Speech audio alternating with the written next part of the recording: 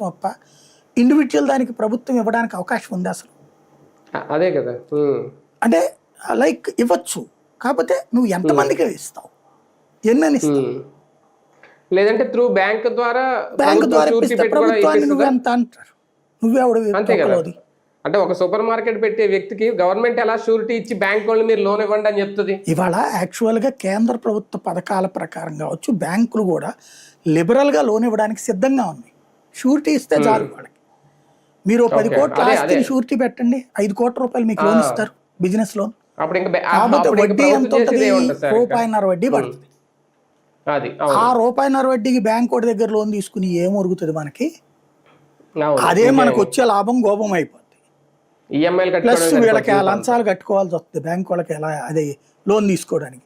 దానికి అయ్యే డబ్బులతో తీసుకుంటే సొల్లి తప్పించి ఏముండదు అక్కడ. అంతే.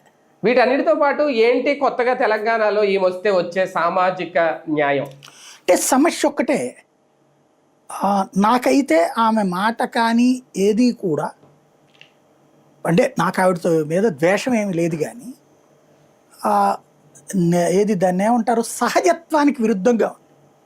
ఇప్పుడు షర్మిలకి కొంత ఒక మాట అనడానికి అవకాశం ఉంది, ఎందుకంటే మా అన్న జైల్లో ఉన్నప్పుడు నేను తిరిగాను, పాదయాత్ర చేశాను, లేకపోతే మా అమ్మతో కలిసి ఎన్నికల ప్రచారం చేశాను.